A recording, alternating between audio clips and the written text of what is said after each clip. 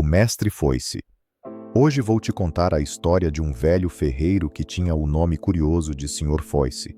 Há muitos anos, esse velho ferreiro, vivendo em um vilarejo pacato nas montanhas de Minas Gerais, pensou consigo: bem, já que carrego esse nome, quero me tornar o melhor mestre ferreiro de foices do mundo. De agora em diante, vou fabricar apenas foices, alfanjes e machados, tudo o que o povo precisa para o corte pesado nas matas e a lida nos campos. E assim ele se dedicou. Praticou dia após dia, noite após noite, até se tornar um mestre insuperável na arte de forjar. Não demorou para que todo o vilarejo, e logo o estado inteiro, só quisesse as foices que saíam de sua fornalha. Elas eram famosas por serem maravilhosamente afiadas e por cortarem com uma facilidade quase mágica. Talvez você não saiba, mas antigamente, muito antes de a eletricidade chegar a todos os cantos ou de existirem esses cortadores de grama barulhentos a motor, as pessoas cortavam o capim, os talos altos e os grãos nos campos, usando apenas a força dos braços e uma foice. Era um trabalho muito árduo, uma labuta pesada que só se tornava suportável se a ferramenta fosse de excelente qualidade e estivesse muito bem afiada. Logo, as ferramentas do ferreiro mestre Foice, forjadas com o minério puro das montanhas mineiras, ficaram tão célebres que o povo dizia: com uma foice dessas, é possível cortar qualquer coisa que tenha brotado do chão. Certo dia, um visitante inesperado apareceu em sua ferraria. Era um duende das araucárias, vindo das terras geladas do sul do Brasil.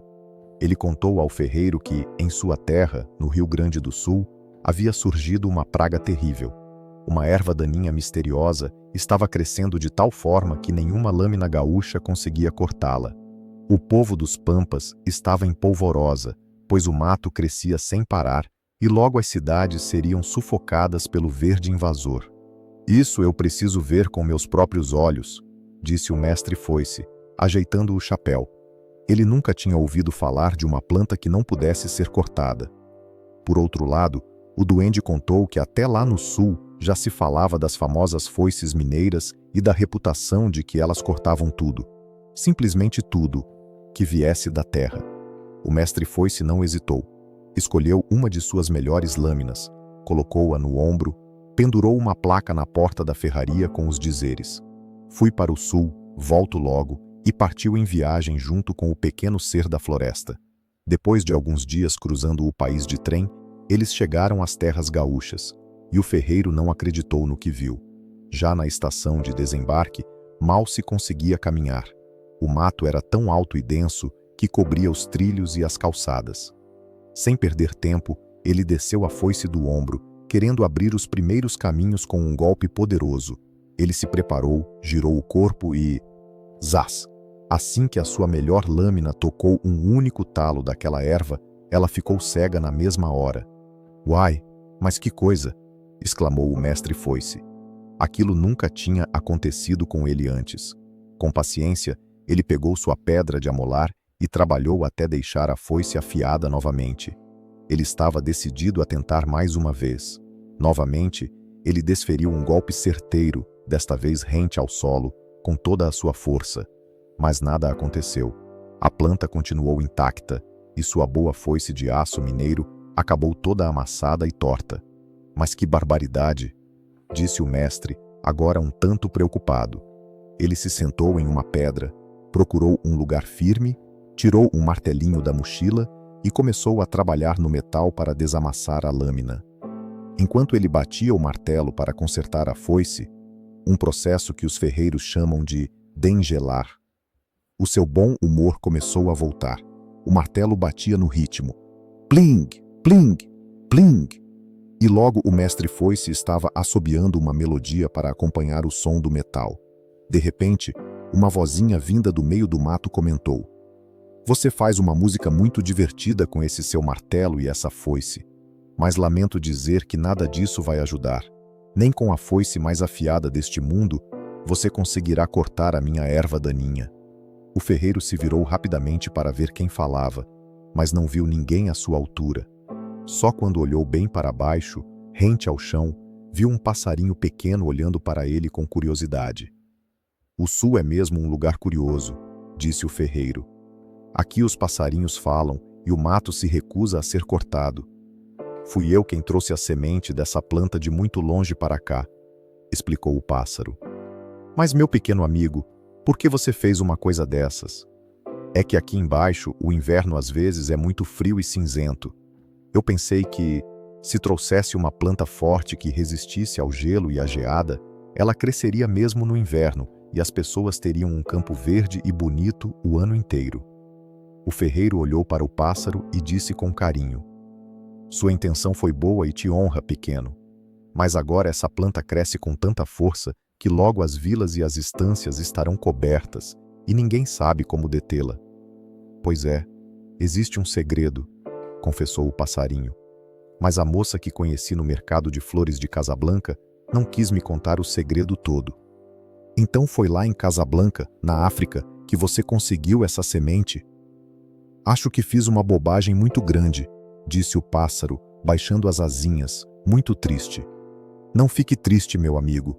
Nós vamos encontrar uma solução", consolou o ferreiro.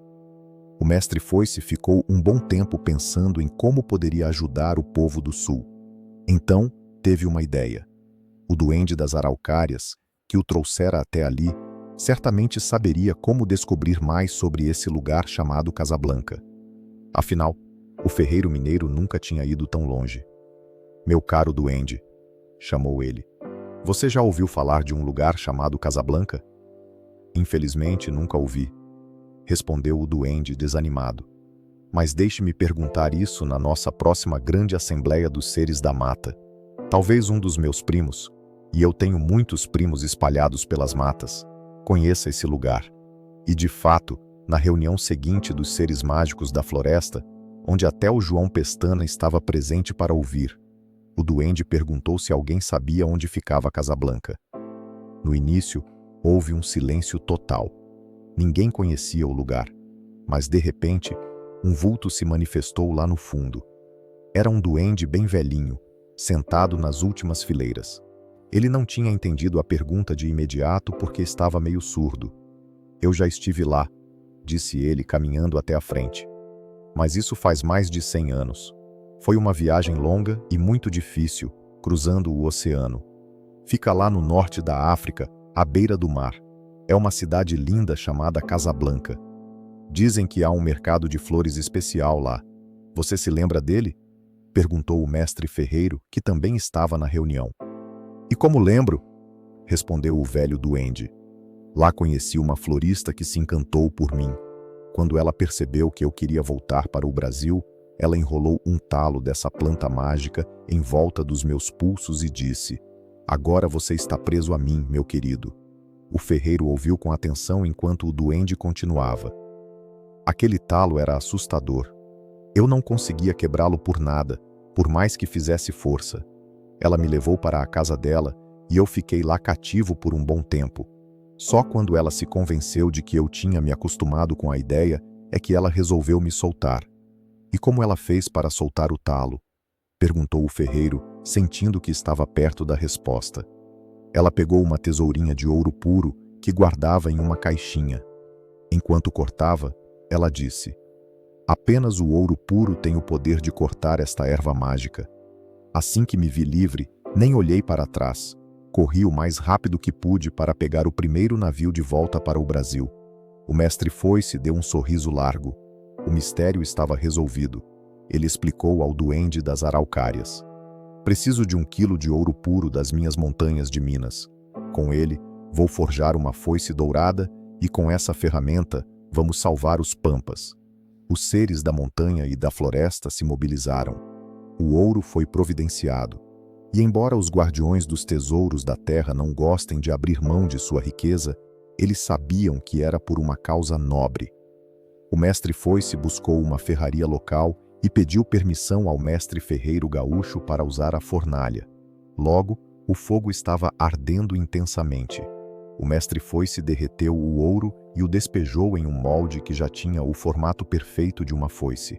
No dia seguinte, quando o metal esfriou o suficiente, ele começou a afiar a lâmina dourada. Ela brilhava intensamente sob o sol quando ele finalmente a fixou no cabo de madeira que trouxera de Minas. "Vamos ver se o segredo é este mesmo", disse ele. O ferreiro ergueu a foice de ouro e, com um golpe magistral, zás! As primeiras plantas caíram ao chão como se fossem manteiga. Era verdade. Com a foice de ouro puro, o povo conseguiu finalmente se livrar da erva daninha encantada. O mestre foice entregou a ferramenta ao duende e ao povo, e todos começaram a trabalhar nos campos. Quando um se cansava, passava a foice dourada para o próximo. Levou cerca de 2 anos para limparem todas as estâncias, vilas e campos, mas todos ajudaram com alegria. "Você realmente me tirou de uma enrascada das grandes", cantou o passarinho, aliviado por ver os campos verdes de novo, mas de forma natural. O pequeno pássaro teve que prometer solenemente ao ferreiro que nunca mais traria sementes desconhecidas de lugares distantes, sem saber as consequências. A foice de ouro ainda pode ser vista hoje, guardada com carinho em um museu no sul do país. O mestre foice logo sentiu saudades de casa. Pegou o trem de volta para Minas Gerais e logo estava em sua própria ferraria, onde muitos clientes antigos já o esperavam ansiosos. Entre o duende das araucárias e o velho mestre foice, nasceu uma amizade que durou para sempre. Nas férias, eles sempre se visitavam. Sentavam-se à sombra de uma árvore, olhavam para o horizonte, fumavam seus cachimbos de palha e lembravam daquela grande aventura. "Que sorte a nossa você ser um ferreiro tão sábio", dizia o duende. "Que sorte a nossa você ser um duende tão bom amigo e ter lembrado de mim naquele dia", respondia o ferreiro. E assim eles passavam as tardes, felizes por terem salvado a terra e, acima de tudo, por terem encontrado uma amizade tão valiosa quanto o ouro.